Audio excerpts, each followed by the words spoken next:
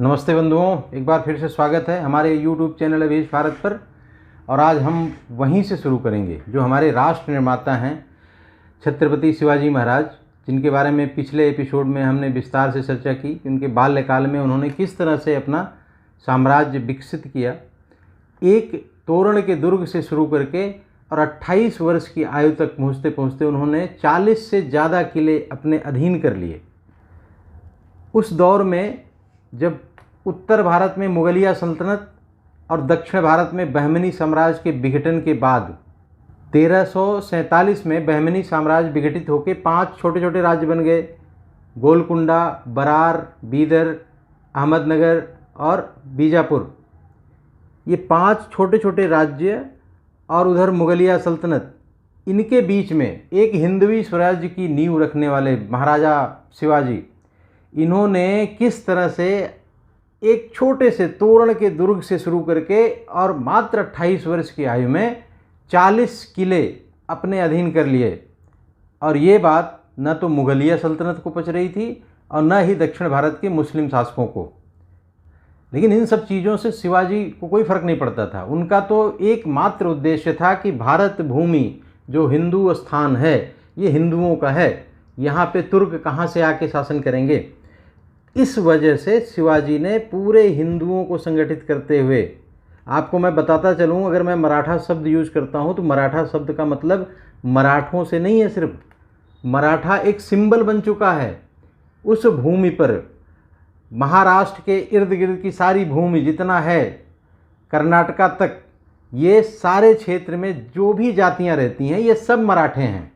अगर मैं मराठा बोलता हूँ तो इसमें सारे जाति, क्षत्रिय, ब्राह्मण, वैश्य, शूद्र, इन सब को मिलाकर शिवाजी ने एक संगठित सेना, समृद्ध हिंदुओं की सेना मजबूत की। और हिंदुई स्वराज्य स्थापित करने के लिए उन्होंने जो नींव रखी, उसकी वजह से मुग़ल सल्तनत ताश के पत्ते की तरह ढह गई।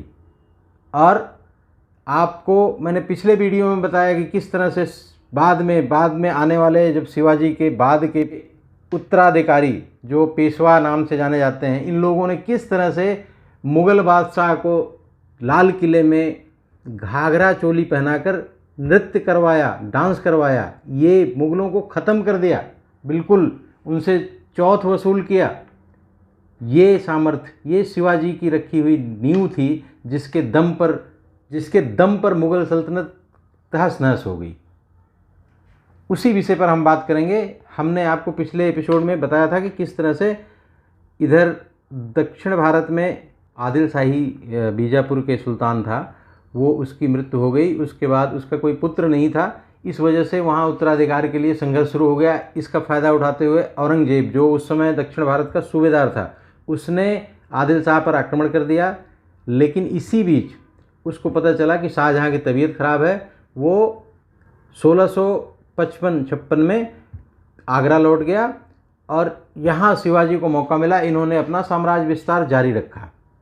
इसके बाद बीजापुर में उसके बाद एक दत्तक पुत्र को उत्तराधिकारी बना दिया गया। आदिल शाह का दत्तक पुत्र था और उसके पास एकमात्र उद्देश्य था शिवाजी से टकराना, शिवाजी को ख़त्म करना, क्योंकि शिवाजी अपनी शक्ति विस्तार करने में कहीं रुक ही नहीं रहे थे। शिवाजी ने दक्षिण पश्चिम में अपनी साम्राज्य विस्तार करते हुए जो जावली का क्षेत्र है, ये बाय और कृष्णा नदी के बीच का क्षेत्र है, भौगोलिक दृष्टि से ये बहुत ही महत्वपूर्ण किला था। इस राज्य को चंद्रराव मौर्य जो वहाँ के शासक थे, उनसे शिवाजी ने छीन लिया और वहाँ पे बहुत सारे अव्वल सैनिक और अकूत धन संपत्ति प्राप्त हुई। वहाँ पे शिवाजी को मुरारजी देश पांडे जैसा एक बहुत बेहतरीन सैन्य अधिकारी प्राप्त हुआ। और मैंने बताया आपको पिछले ही वीडियो में कि किस तरह से उन्होंने मुग़ल क्षेत्र जुन्नार नगर पर आक्रमण करके उसको अपने क्षेत्र में मिला लिया। उसमें उनको 200 घोड़े भी प्राप्त हुए और बहुत सारे मावल के क्षेत्र के सैनिक प्राप्त हुए। उसी तरह से अहमदनगर पर आक्रमण करके वहाँ से भी 700 घोड़े और 4 हाथी और अकूत धन संपत्ति प्राप्त हुई। इस तरह शिवाजी अपना सैन्य विस्तार करते जा रहे थे। जंजीरा के सिद्धियों को ख़त्म करने के लिए उन्होंने पहले समर जी को भेजा, बाद में फिर पीछे से पहुंच गए और उनको समाप्त कर दिया और पूरे भूभाग को अपने क्षेत्र में मिला लिया। दक्षिण में कोंकण को अपने क्षेत्र में मिला लिया और वहाँ से दमन जो है, दमन से पुर्तगालियों से वार्षिक कर लेना शुरू कर दिया। वो दूरदृष्टा थे शिवाजी। दूरदृष्टा इस तरह के थे कि उनको पता था कि आने वाले समय में ये जो विदेशी आक्रांता आ रहे हैं, डच, अंग्रेज, फ्रेंच, पुर्तगीज, ये बड़े संकट पैदा करने वाले हैं भारतवर्ष पे बहुत बड़ा संकट आने वाला है इनकी वजह से। इसीलिए ये तटवर्ती प्रदेशों को अपने अधीन करते जा रहे थे और सैन्य शक्ति के साथ साथ नाविक शक्ति को मजबूत करना था इनको।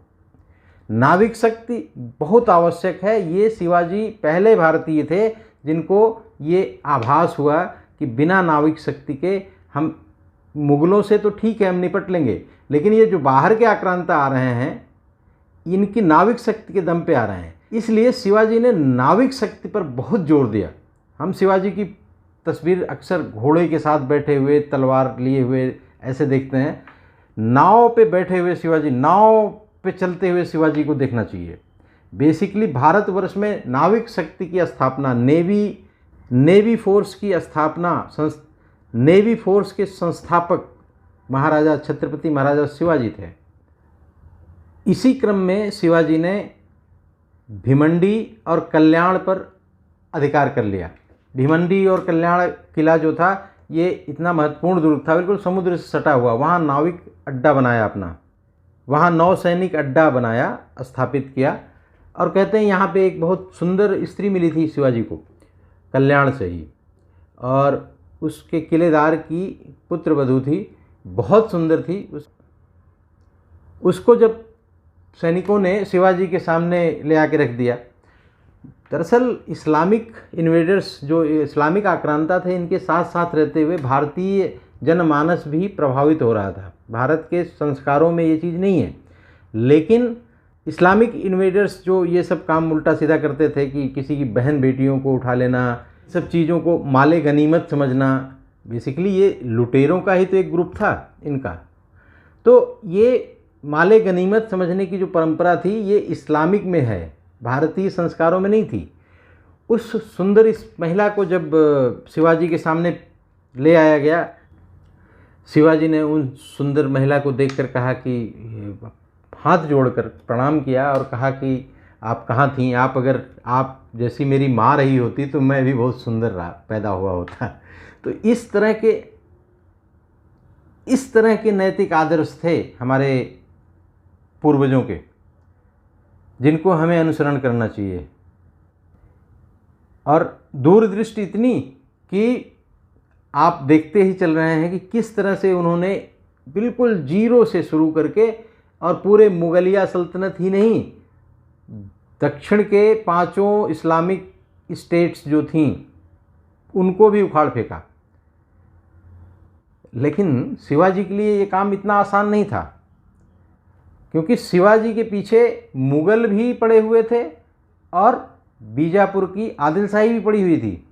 बीजापुर के आदिल शाह ने एक अपने बहुत ही तगड़े विश्वसनीय सेनापति अफजल खां को 1659 में शिवाजी को सबक सिखाने के लिए, उनको कैद करने के लिए भेजा। उनको जिंदा या मुर्दा किसी तरह से पकड़ने के लिए आसफ खां को एक विशाल सेना के साथ, 1 लाख की लगभग सेना के साथ भेजा। और जबकि उस समय शिवाजी के पास इतनी सेना नहीं थी, शिवाजी के पास 25-30 हज़ार सेना थी, इससे ज़्यादा नहीं थी। लेकिन बुद्धि, रणकौशल, जो वार स्ट्रेटजी शिवाजी के पास थी, इसीलिए तो शिवाजी पे रिसर्च होता है कितने सारे विश्वविद्यालयों में। आसफ खां अपनी एक विशाल सेना के साथ शिवाजी को पकड़ने के लिए निकला। अब शत्रु को भी समझ लीजिए, आसफ खां था कौन।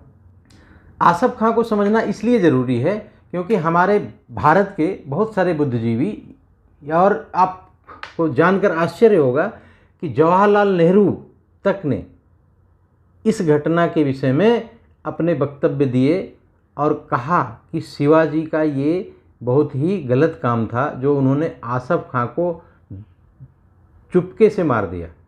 लेकिन शायद आसफ़ खां के बारे में जवाहरलाल नेहरू को जितना बताया जाता था, उनके जो इतिहासकार उस समय के उनके गुरु लोग थे, मोहम्मद हबीब जो उनके गुरु थे, जो एक तरह से भारत के इतिहास को जिहादी इतिहास टाइप का प्रोड्यूस किया है। जिहादी इतिहास मतलब इस तरह का इतिहास जिसमें सिर्फ मुग़लों को महिमामंडित करना है और भारतीय जो शूरवीर हैं या भारतीय जो जिन्होंने प्रतिकार किया उनके विषय में कुछ भी नहीं बोलना है, उनके विषय में उनको छोटा करके दिखाना है, उनको कमतर करके दिखाना है। इस वजह से अफजल खां को जानना बहुत ज़रूरी है।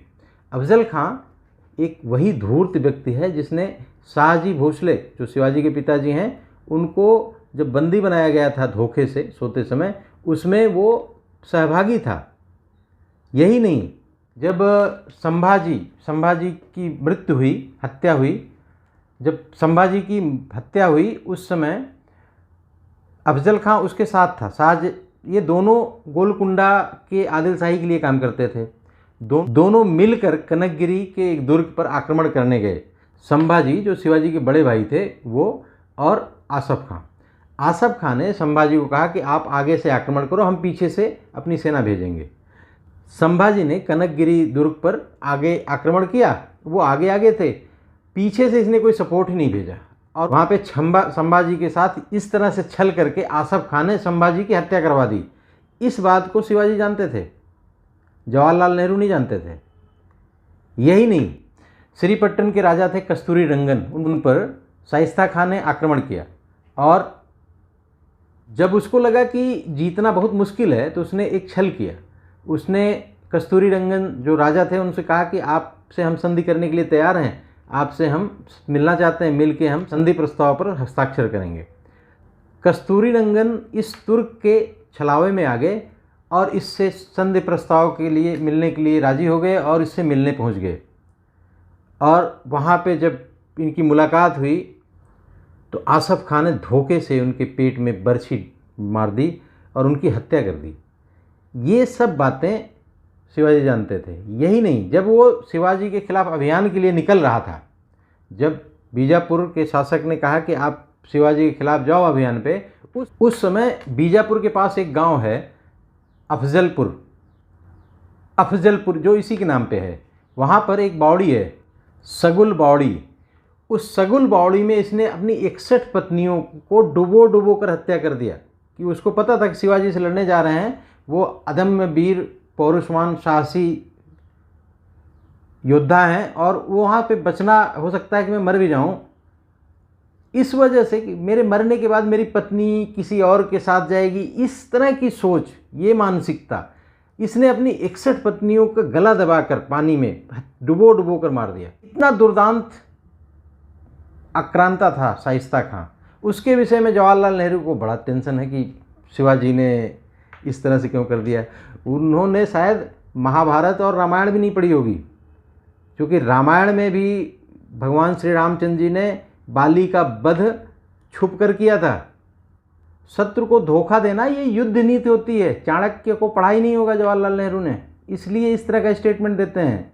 और आजकल उन्हीं के स्टेटमेंट को ट्वीट करके इरफान हबीब जैसे इतिहासकार शिवाजी को कमतर दिखाने के लिए इस तरह की बातें हमारे जो स्थापित इतिहासकार हैं ये करते रहते हैं, जबकि शाइस्ता खां क्या है ये बताने का कष्ट नहीं करेंगे। ऐसे शाइस्ता खां पर शिवाजी जैसा दूरदृष्टा कभी विश्वास नहीं कर सकता। शाइस्ता खां के बारे में हम लौटते हैं। शाइस्ता खां जब वहाँ से निकला शिवाजी को पकड़ने के लिए, तो उसने मार्ग में जितने भी मंदिर आए सबको तोड़ता गया। शिवाजी के गांव क्षेत्र में पहुंच गया, जितने मंदिर मिले सबको भ्रष्ट कर दिया, सबको तोड़ा, हिंदुओं को कत्लेआम किया, भयानक उत्पात मचाया। और उसका एकमात्र पर्पस था कि शिवाजी किसी तरह से मैदानी क्षेत्र में आ जाएं। लेकिन शिवाजी दूरदृष्टा थे, उनको पता था कि मैदानी क्षेत्र में हम इससे नहीं जीत पाएंगे। उन्होंने गुरिल्ला वारफेयर जो अपनाई टैक्टिस, उसके आधार पे ही ये हिंदुई समाज स्थापित कर रहे थे वो। और उन्हें पता था कि हमें मैदानी क्षेत्र में नीचे उतारने के लिए इस तरह काम कर रहा है ये। और दूसरा, इसका इस्लामिक मकसद पूरा हो रहा है जो कुरान और हदीसों में लिखा गया है। इस तरह से शाइस्ता खां ने तुलजापुर भवानी का मंदिर नष्ट भ्रष्ट कर दिया। तुलजापुर भवानी जो शिवाजी की कुल देवी थी, इस तरह का आतंक फैलाया उसने। शिवाजी के ससुराल पक्ष के बहुत सारे लोगों की हत्या कर दी। चारों तरफ शिवाजी के विषय में ऐसा भ्रम फैलने लगा कि शिवाजी क्यों नहीं उतर के इस दुर्दांत आक्रांता से मुकाबला कर रहे हैं।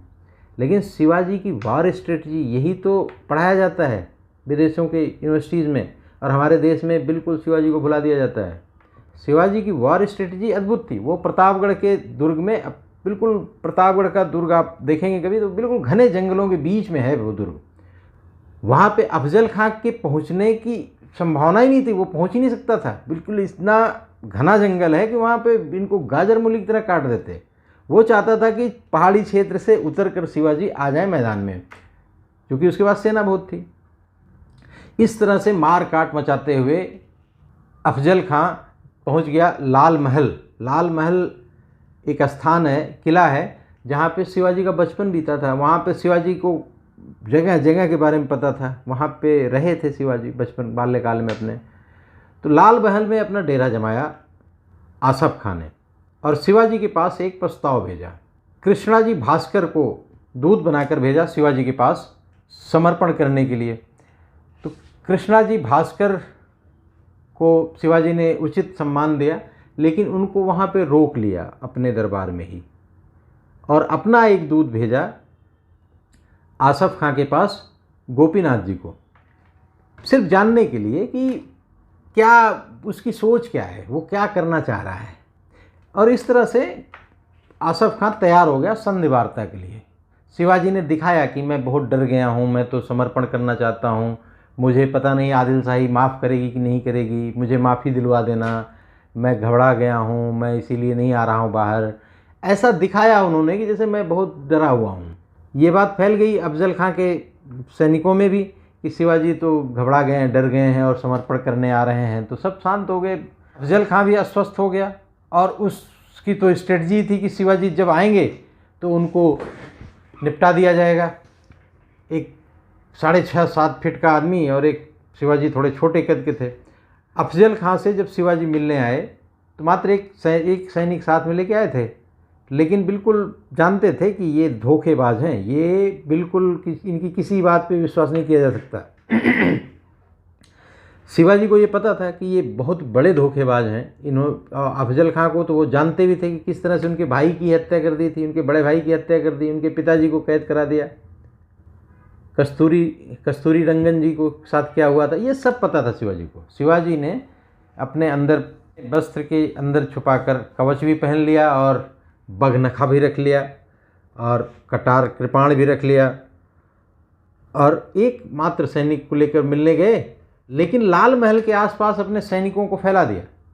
उनको पता था कि ये अफजल खां बदमाशी करेगा ही करेगा, तो इसलिए उन्होंने अपने सैनिकों को चारों तरफ से फैला दिया। उन्होंने बताया कि एक स्ट्रेटजी बनाई उन्होंने सिस्टमेटिक ढंग से कि किस तरह से इससे निपटा जा सकता है, क्योंकि उसके पास तो बहुत सैनिक है, 1 लाख के करीब सेना थी, इनके पास 20,000, 15, 20, 25,000।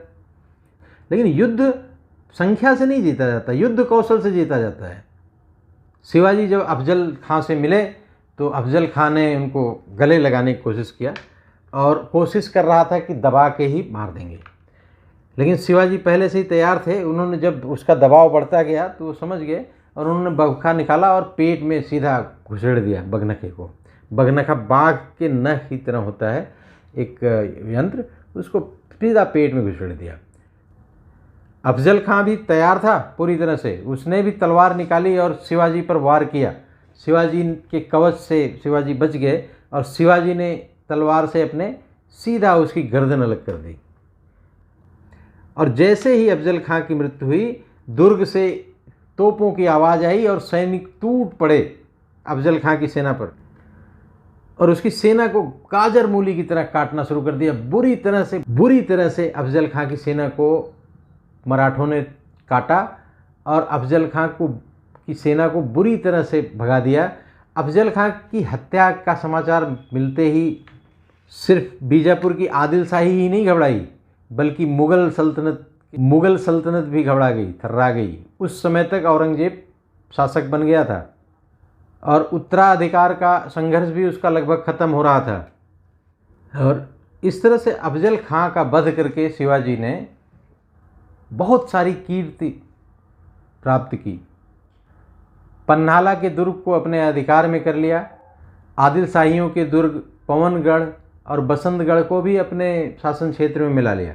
इसके बाद बीजापुर ने 70,000 सेना के साथ सिद्दी जौहर के नेतृत्व में, सेनापति सिद्दी जौहर के नेतृत्व में शिवाजी पर आक्रमण करने के लिए भेजा। उस समय शिवाजी पन्हाला के दुर्ग में थे, उसको घेर लिया चारों तरफ से। इस युद्ध की एक और खासियत थी, इसमें अंग्रेज़ों ने अपनी तोपें भी भेजी थी शिवाजी के खिलाफ। और आदिल शाही ने मुग़ल शासक औरंगजेब को एक पत्र लिखकर सूचित किया कि इस तरह की स्थिति है, आप मेरी मदद के लिए आओ। एक काफिर को हमने घेर लिया है जिसने हिंदवी स्वराज की स्थापना का स्वप्न देख रखा है। और औरंगजेब ने भी वहाँ से सेना भेजी थी।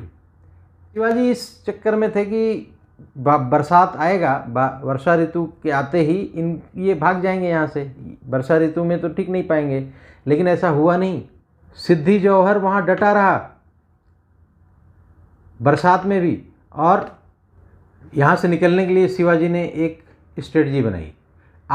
मात्र 800 सैनिकों के साथ कन्हाला के दुर्ग से रात्रि में वो निकल गए। और थोड़ी दूर गए तो बिजली चमकने की वजह से जौहर के सैनिक ने देख लिया कि शिवाजी यहाँ से पलायन कर रहे हैं। वो भागता हुआ गया और सेनापति को बताया कि ऐसे ऐसे शिवाजी तो निकल गए।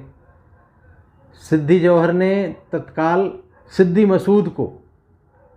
मसूद को इसके पीछे भेजा कि पकड़ के ले आओ किसी भी तरह से। सिद्दी मसूद उनका पीछा किया, आगे जाके एक टुकड़ी को पकड़ भी लिया और उसे ले आके जब पेश किया सिद्दी जौहर के सामने तो पता चला वो व्यक्ति जो अंदर शिवाजी बन के बैठा है वो तो प्रतापगढ़ का एक नाई था। सिद्दी मसूद बहुत क्रोधित हुआ और स्वयं सेना पूरी संचालित करते हुए शिवाजी का पीछा किया। शिवाजी विशालगढ़ दुर्ग पहुंचना चाहते थे। विशालगढ़ का दुर्ग बहुत सुरक्षित स्थान था। इस कार्य में उनके एक सेनापति बाजी प्रभु देश पांडे, जो भीम काय शरीर थी, बलिष्ठ सेनापति थे, उन्होंने कहा कि मैं आदिल जौहर को रोकता हूँ, आदिल शाहियों को रोकता हूँ या सिद्दी जौहर को रोकता हूँ, आप किसी तरह विशालगढ़ दुर्ग पहुँचिए। और वो बताते हैं कि समुद्र से उठती हुई लहरों के बीच में एक, जिधर से आदिल शाही सेना आ रही थी सिद्दी जौहर के नेतृत्व में, एक पतला सा सकरा सा रास्ता था। वहाँ पे बाजी प्रभु देश पांडे के नेतृत्व में मराठों ने अद्भुत मार काट मचाई और सैकड़ों हजारों की संख्या में आदिल शाही सेना को तहस नहस कर दिया। लेकिन बहुत सारे इनके भी सैनिक मारे गए और अंत में बालाजी देश पांडे भी बहुत बुरी तरह घायल हो चुके थे। लेकिन उनके मरने के पहले ही विशालगढ़ दुर्ग से तोपों की आवाज़ गूंजी और पता चल गया कि शिवाजी सुरक्षित विशालगढ़ दुर्ग में पहुंच गए हैं। इस तरह से बीजापुर से संघर्ष इनका चला। और बीजापुर इसके बाद कोई संघर्ष शिवाजी के खिलाफ नहीं किया। शिवाजी का जो भी संघर्ष उसके बाद शुरू होता है वो मुग़लों से सिर्फ शुरू होता है, औरंगजेब से और औरंगजेब के आने वाली पीढ़ियों से। और किस तरह से मुग़ल सत्ता को जड़ से उखाड़ कर फेंक दिया मराठों ने, ये मैं अगले वीडियो में बताऊंगा। ये वीडियो काफ़ी लंबी होती जा रही है, तो आज बस इतना ही। आज हमारी वीडियो पसंद आई हो तो इसको लाइक, शेयर और सब्सक्राइब करें और लोगों को भी भेजें, जिससे और लोगों को भी हमारे महान पुरुष, महान राष्ट्र निर्माता छत्रपति शिवाजी के विषय में जानकारी प्राप्त हो सके। धन्यवाद। वंदे मातरम। जय हिंद।